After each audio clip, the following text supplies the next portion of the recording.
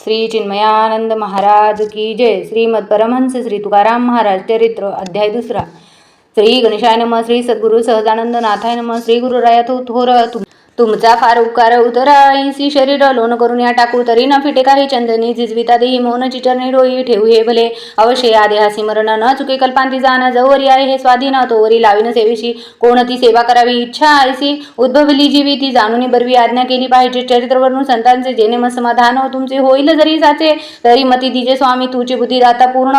उडवी देहाचे मी पण तेची मिळवी ब्रह्मी पूर्ण कृपादृष्टीने जड कधीही जाणार कृमी कीटक भस्म त्रिप्रकार याचा परिणाम सार कळो आला तव कृपे जोवरी वरते प्रारब्ध योग तोवरी न सरती भोगाभोग सुख दुःखादी पांग येती जाती सुखाची इच्छा करती दुःख घेते तर न इच्छिती हे न तुटे सर्वथा देह पातीपर्यंत जरी तुझे चरणाची प्रीती न लागे गानिशिती तरी आले जैसी जाती पशु सारिके वंदन तुझ्या पायाची हेचे अनुष्ठान साचे पांग फिडची जन्मांतरीचे मागील सर्व एकूणी कृपेची प्रेममूर्ती संतोषली निज चित्ती आता सांडुनी वाक्य स्तुती निरोपी संतलीला मनी आनंद वाटला दृढ लागलो चरणाला मती देता तुची देखिला अन्य नसे कोणी अंतरी तुमचे ठाण तुम्ही बोलिल्या विना बोलेला म्हणून मन करून या मन बोलू इच्छिले पूर्वानुसंधान आठवणी देती चित्ती कृपादानी दासांचे निमित्त करून आपणची वदता ती पूर्वाध्यायी चरित्र भक्त महिमा पवित्र वरील स्वतंत्र आवडीने वर्णिला तुकाराम जन्मकथन हरडे द्विजांचे अभिमान समाधीस करून नमन डोलविली जेने आता पुढे कथा न कथ कैसा वर्तला देख तुकाराम येताची मिळती लोक दर्शना कारणे असंख्य जत्रा मिळू लागे जिकडे तिकडे लोक मागे दर्शनी घर्षण होता अंगे बेजार होतासी कोणी करून येती स्नान कोणी करून येती भोजन जना भेने रान पळती एखादे समयी नाना प्रकारे शिव्या देती परिते उपदेश परिमानिती निर्भयपणे मिठी मारती चरणावरी पाऊल पडून येदी पुढे जत्रा भरली चौकडे जिकडे तिकडे पहावे समुदाय जमलासे पिपिलिकासी रव लागेसी अष्टोप्रहर यात्रा जमली बाळमुख्यांची गर्दी झाली अगणित बर्फी पेढे खजुरे बदाम श्रीफळ अर्पिती नारी नरळ सकळ कोणी येती भक्त प्रेमळ विदेह स्थिती होतसे टाळ मृदंगाची घाई हरिनामाची गर्दी पाही दिंडी पताकाही नाही पार तेथे पूर्वी झाला तुका भक्त जन उद्धरले असंख्यात दावणी सुलभ भक्तिपंत जडमुड तारले तदुपरी हेही दान वरी पिसे अंतरी शहाणा सहज बोलला उपदेश पुन्हा कळो येती तात्काळ चर्चा जगात उठली नवसा पावे तुका माऊली कोणी लेकरी आणि ती नवस फेडावसी कित्येक जवळ काढविती कोणी रोग जावा म्हणती सहज अवलोकन कृपामूर्ती तात्काळ निरस कोणाचे उठे पोटशळ कोणी ज्वराने तळमळ अनंत व्याधी परिमळ कोटवरी वर्णाव्या सहज दयाच्या अवलोकन तात्काळ तुटे जन्म मरण एरे बापुडे रोग जाणत राहतील केवी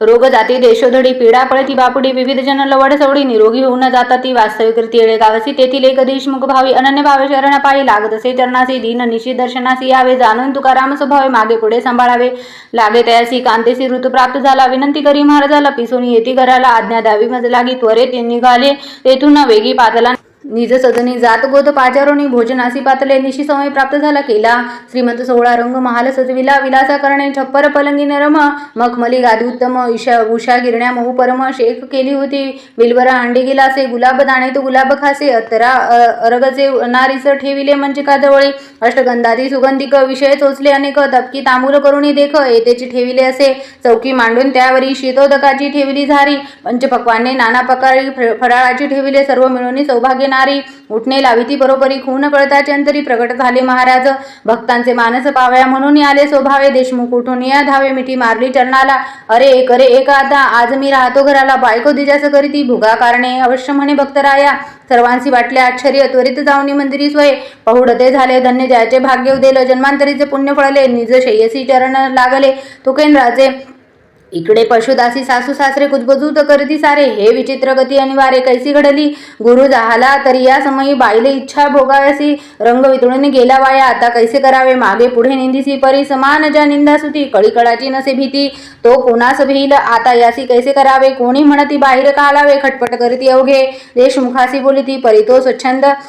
कारण तिळ मात्र न ढळे त्याचे मन श्रीस देऊनी आपण कपाट बंद केले तुम्ही सर्व धीर धरा पहा कैसा होतो चमत्कार बाळ ब्रह्मचारी तुकेंद्र न भ्रष्टे कदाची यद्यपि दैवयोगे संग घडला तरी हा निसंग उदयला माझा भाग्ययोग्य प्रारब्धाचा पूर्वी कथा ऐकली कबीर भक्ते कांता आपुली खांदी वाहून दिधली वाणी या कारणे काय त्याचे धैर्य तेथे प्रत्यक्ष गुरु माय त्याचे हस्ते अपाय दूर होईल माझा बहु समजावी तो जाय परी नसे कोणाचे मन अभक्त जन बोलली नाना देशमुख निर्भय अंतरी असो इकडे नीच मंदरी कांता बैसे पाटावरी ताने बाळ मंचकावरी लोळीत देखिले एका दृष्टी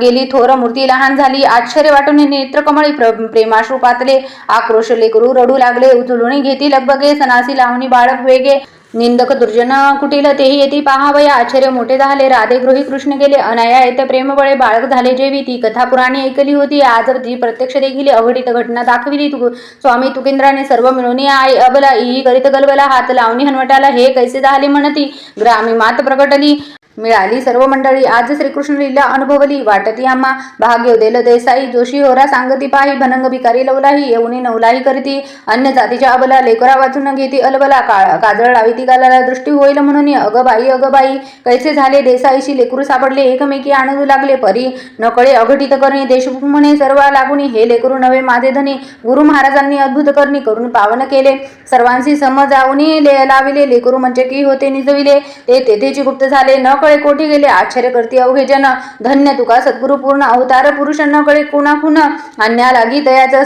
सत्य दिनोद्धार करावया घेतला अवतार पाहाती तो ग्रामाबाहेर प्रगटले एकाएकी ऐसे समजून कौतुक समुदाय जमुनी सकळीक जावणी तुकेंद्रा सन्मुख लोटांगण घालती दररोज दर्शनाचे जाती लोकनेमासी पापताप अहर्निशी दग्न होते क्षण मात्रे ऐसा काही काळ मोजे एळेगाव पुण्यक्षेत्र तेथे श्री गुरु नांदती स्वतंत्र आषाढी कार्तिकी पवित्र उत्साह होतो गजरेसी आषाढ मासी भक्त मेळा उत्साहासी धावणी आला तो प्रणितेसी नदीसी पूर आला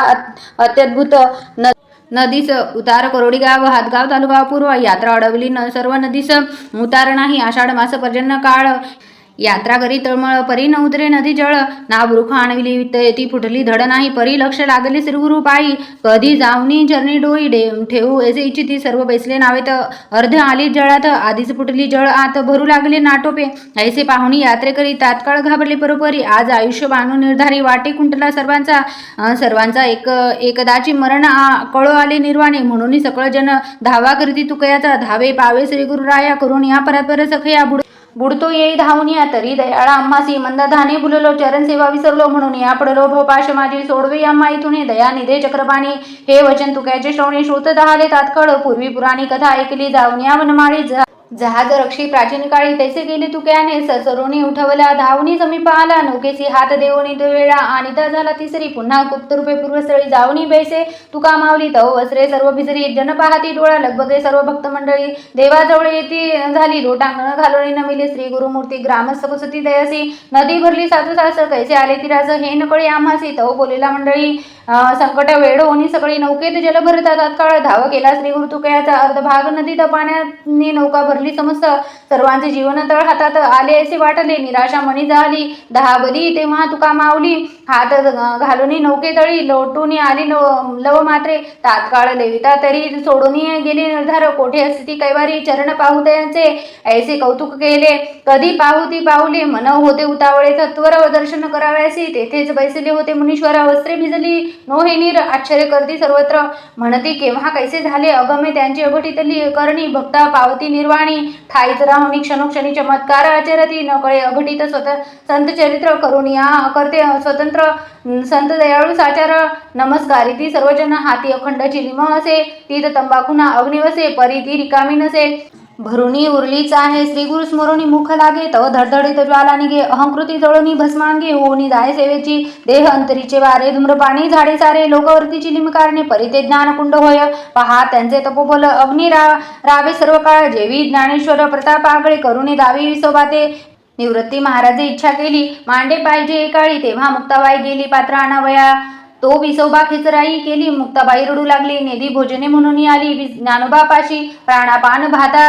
सार हृदय पेटवून वेश्वणर पाठीवर मांडी सत्वर भाजी तसे मुक्ताबाई योग मार्ग साधुनी हृदय पेटविली अग्नी तेवी तुकयाने अग्नी साधुनी ठेविला असे स्वाधीन जेव्हा इच्छा वाटे तेव्हा तात्काळाची लिमत प्रगटे ऐसे कलियुगे संत गोमटे विरळीच्या आढळती असं उत्साह आनंदे झाला तुका तेथेच राहिला कोणा कळले न कळे त्याची लीला अगाध देवादी दिकासी हे तुकाराम चरित्र नित्य पाठ करी जुनर त्याची चिंता दूर होईल क्षण मात्रे संपत्ती संतती धन प्राप्त होईल त्या कारणे नित्य करीती श्रवण मनन विरक्ती बाणे अंतरी पुढे कथा गोड बहुत आदर श्रोते देऊनी चित्त एका वेजी सज्जन संत ही विनंती सलगीची कृपाळू होऊनी श्री गुरु समर्थ आपुले आपण वदवी चरित्र मज करुणी निमित्त मात्र लेखन साहित्य पूर्वीती स्वस्ती श्री संत लीलामृत परमहंस तुकाराम चरित्र मंदमुखी जीवन बोलत द्वितीय अध्याय गोडहा श्री चिन्मयानंद नाथार्पणमस्तु। श्री तुकाराम चरित्र द्वितीय अध्याय गोडहा।